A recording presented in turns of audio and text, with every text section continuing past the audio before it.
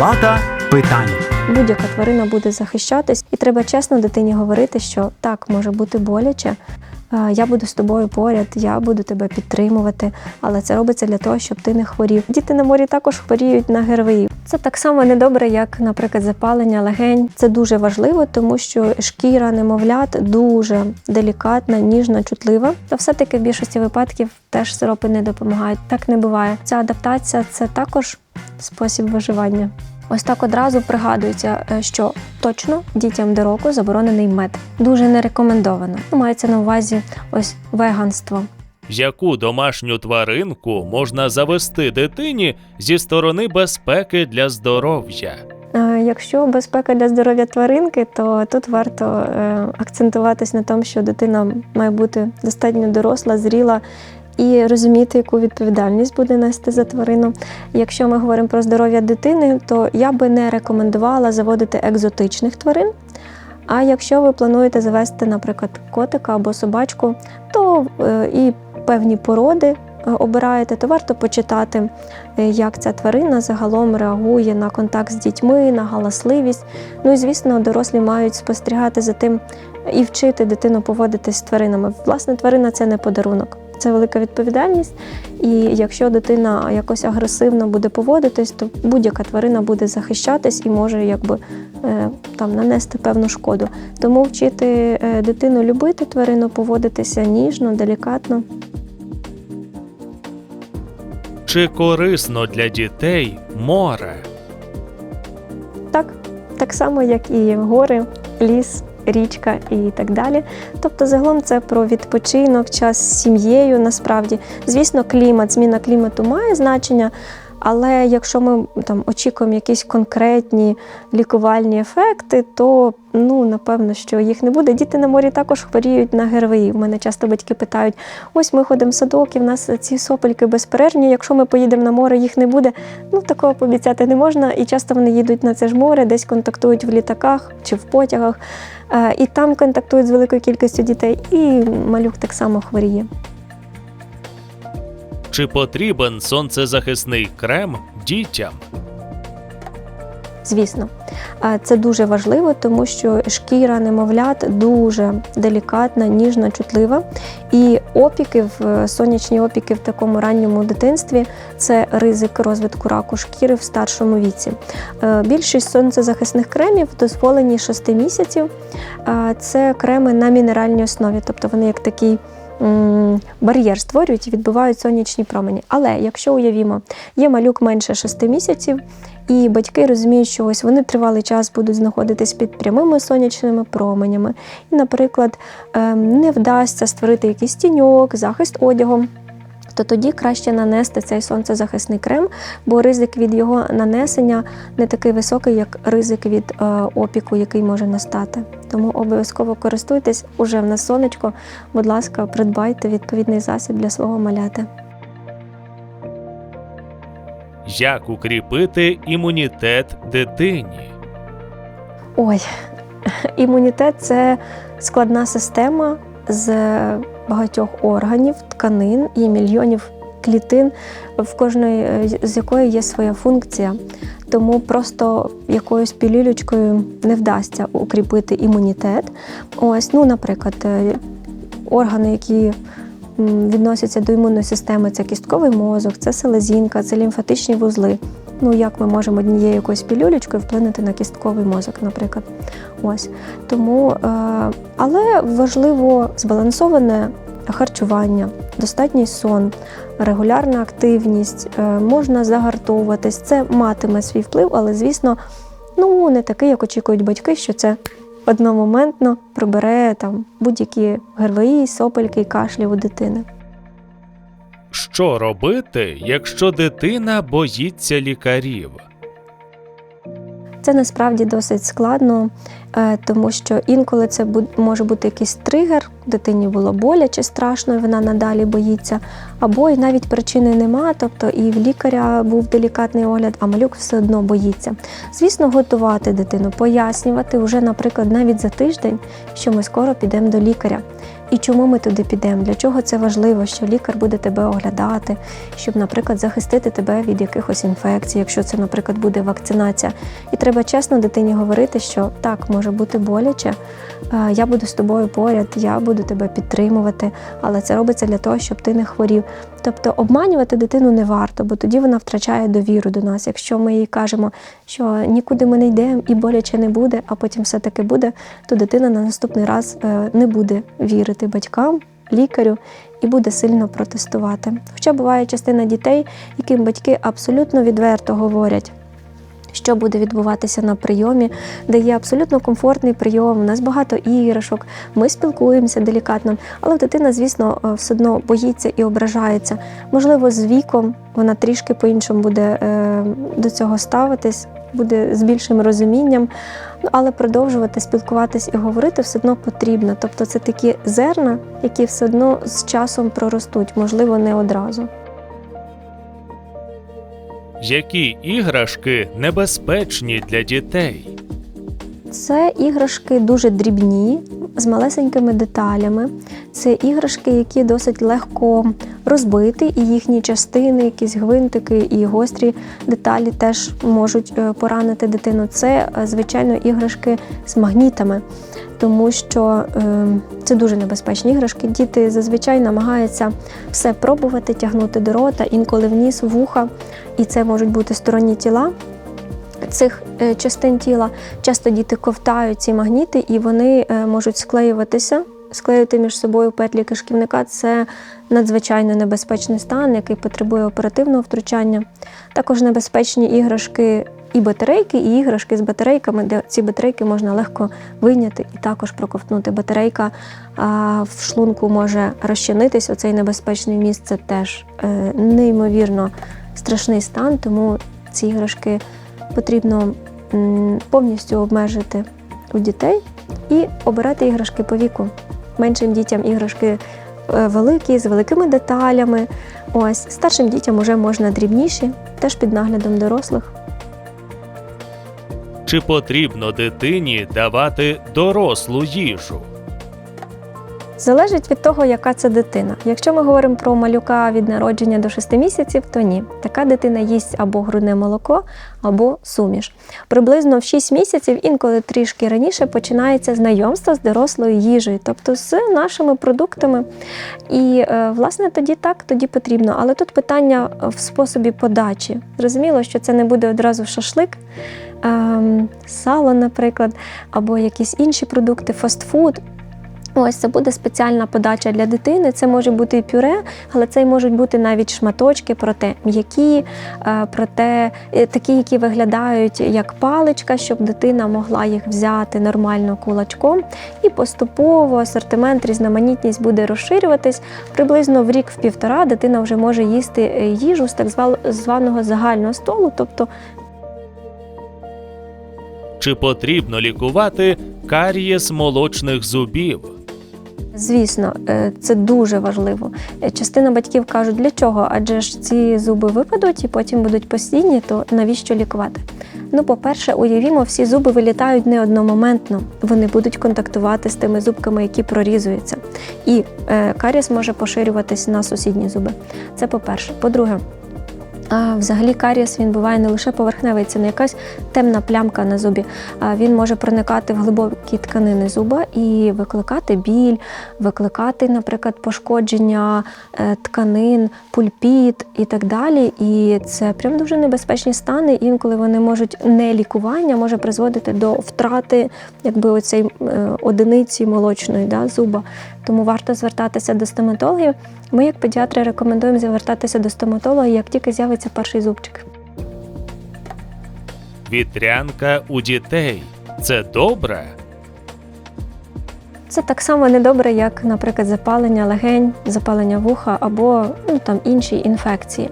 Тому що це хвороба, тому що це висип з'являється, це може дуже сильно свербіти, але це, напевно, найменший прояв. Тобто можуть бути прям тяжкі, серйозні ускладнення, некрози шкіри, можуть бути ускладнення запалення вуха, запалення легені, навіть мозку.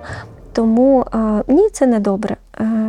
Звісно, якщо дитина захворіла, сподіваємося, що буде легкий перебіг, але при погіршенні стану необхідний очний огляд лікаря. І хочу наголосити, що від вітряної віспи, від вітрянки є вакцинація, тому ми її рекомендуємо. І дуже не рекомендуємо ходити на вітряночні вечірки, тобто там, де хворі діти збираються і де можна отримати цю вітрянку. Ні, це дуже шкідлива практика.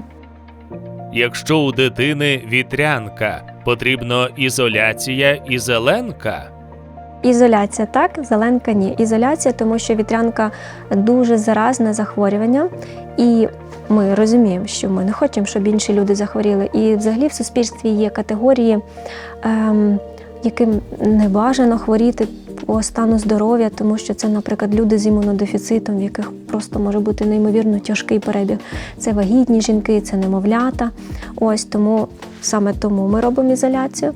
А зеленка не потрібна. По-перше, цей антисептик замальовує, ми не бачимо, що там відбувається.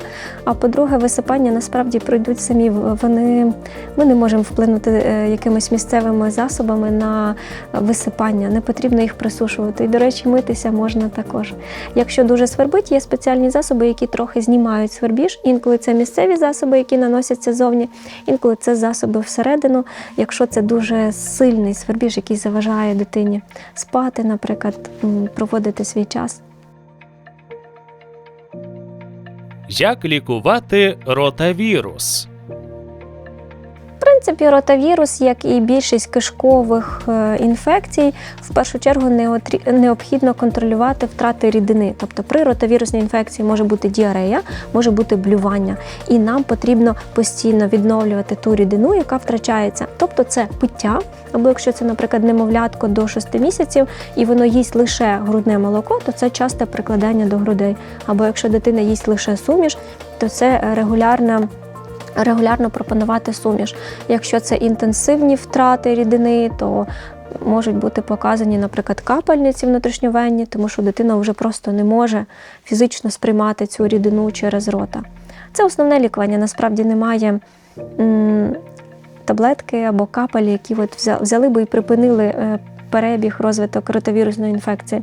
Але є вакцинація, це капельки в ротика, які робляться лише маленьким дітям, тобто старше 6 місяців або 8, залежно від виробника вакцини, вже вакцинація не буде проводитись, тому встигніть провакцинувати своє маля, щоб захистити від такого небезпечного стану.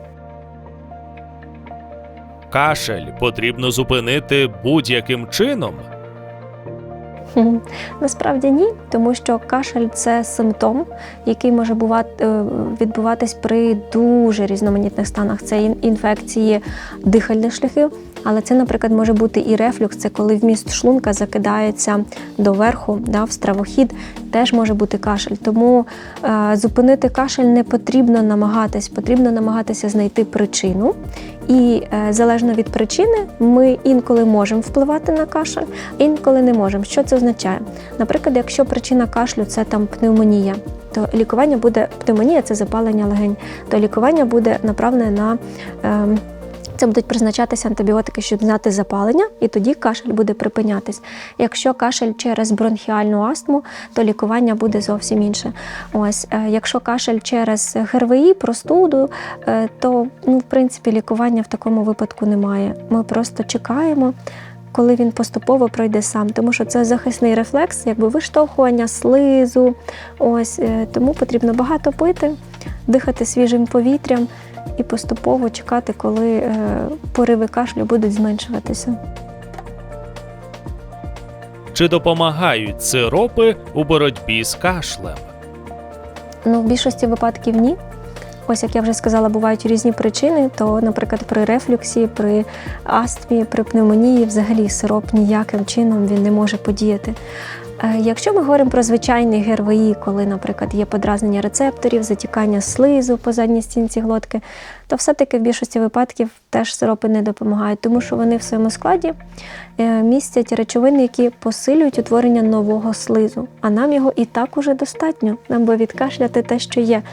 І зазвичай виробники сиропів пишуть від усього кашлю, від будь-яких причин. Якщо десь на лікарських засобах таке пишеться, це, скоріш за все, означає, що навряд чи він матиме ефект, якщо він захищає від усього і просто діє на все. Так не буває. Лікарські засоби завжди мають конкретний механізм дії, але вони також мають і побічні ефекти, і це завжди враховується. Якщо алергія у дитини, то це на все життя? З великою ймовірністю, що так, якщо ми говоримо, наприклад, про тяжку алергічну реакцію, що називається анафілаксія, наприклад, на якийсь продукт харчування, часто це буває на арахіс, на рибу, або якщо це на якісь лікарські засоби. Ось. Але бувають певні, взагалі алергія буває дуже різна, і батьки часто невірно вкладають поняття алергії в цей термін, що вони проговорюють. Алергія бувають швидкі алергічні реакції, бувають сповільненого типу, бувають реакції, які проходять з часом. До них може відноситись, наприклад, алергічна реакція на білки коров'ячого молока. Наприклад, коли мама, яка годує грудьми, вживає молочні продукти, а в немовляти може бути кров у стулі. Мамі рекомендується дієта безмолочна, але потім цей стан близько року проходить. Коли дитині наступає рік, півтора, цей стан проходить. Тому алергія буває різна, і в залежності від того, який у вас діагноз, потрібно проговорювати з лікарем. Тому що алергічні прояви бувають в дихальних шляхів, травної системи, на шкірі прояви бувають. Тобто це дуже різноманітні захворювання. Дуже складно так одним реченням відповісти. Які фактори можуть порушити роботу імунної системи? Маємо розуміти, що це якісь дуже потужні фактори мають бути. Взагалі, в першу чергу, це зазвичай генетика, тобто генетично якесь успадковане може бути захворювання або поломка генів. Це можуть бути якісь токсичні ліки, які використовуються, наприклад, при раку, хіміотерапія, опромінення. Також потужні ліки, які застосовуються при різноманітних тяжких захворюваннях, артритах, червоному системному вовчаку і так далі. Звісно, на роботу імунної системи може впливати невисипання, незбалансоване харчування, стрес, хронічний, потужний стрес. Але все-таки імунна система – це так само, як інші системи нашого організму, вона має якусь свою запрограмованість і не так легко на неї вплинути звичайними якимись засобами. Чи впливає на стан імунітету середовище, в якому зростають сучасні діти? В принципі, так, адже забрудненість повітря, води, ґрунтів і, відповідно, продуктів харчування, це може мати свій вплив. Тут теж складно сказати, що конкретно, наприклад, в якому відсотковому відношенні це може проявлятись. Разом з тим, ми ж дуже гарно адаптуємося до всього, до умов проживання. Тому ця адаптація – це також спосіб виживання. Чи можна з раціону дитини повністю виключити деякі продукти? Дуже не рекомендовано. Якщо ми говоримо про дітей до року і до 5 років, то це надзвичайно небезпечно виключати просто так, без причини, якісь продукти. Мається на увазі ось веганство. Тобто, якщо нема в основі якоїсь причини захворювання, яке потребує виключити цей продукт, то дуже не рекомендовано, тому що в періоди інтенсивного росту і розвитку дитина потребує всіх цих поживних речовин. Це все матеріал для побудови організму. І якщо ми це виключаємо, то можуть бути тяжкі наслідки, або тоді необхідний ретельний контроль і заміняти ці речовини іншими. Наприклад, якщо ми говоримо про м'ясо, виключення м'яса, то тоді це з рослинних продуктів потрібно заміняти. Має бути контроль спеціаліста за певними речовинами в організмі. Тому не рекомендується цього робити. А вже коли людина доросла, готова взяти на себе цю відповідальність, тоді вона вирішує самостійно. Чи існують заборонені для дітей продукти харчування? Ось так одразу пригадується, що точно дітям до року заборонений мед через ризик розвитку ботулізму. Багато хто про це насправді не знає і навіть підсолоджують соску для дитини медом. Заборонені гриби дітям до 12 років, а це гриби, які зібрані в лісі. Якщо ми говоримо про промислові, ті, які вирощені, ті можна. Всі інші продукти – це в основному як не заборонені, а більше як певні обмеження. Наприклад, варто обмежувати продукти з великою кількістю доданого цукру, там газовані напої, сік, продукти, які містять велику кількість солі, наприклад. Яка кількість цукру є допустимою в раціоні дитини? Американська академія педіатрії говорить, що дітям до 2 років взагалі не рекомендовано продукти з доданим цукром. А дітям після 2 років потрібно десь орієнтуватися 25 грамів на день, це приблизно 6 чайних ложок, але це верхня межа, краще менше. По можливості уникати йогурти з добавками цукру, газовані напої, соки, різноманітні солодощі.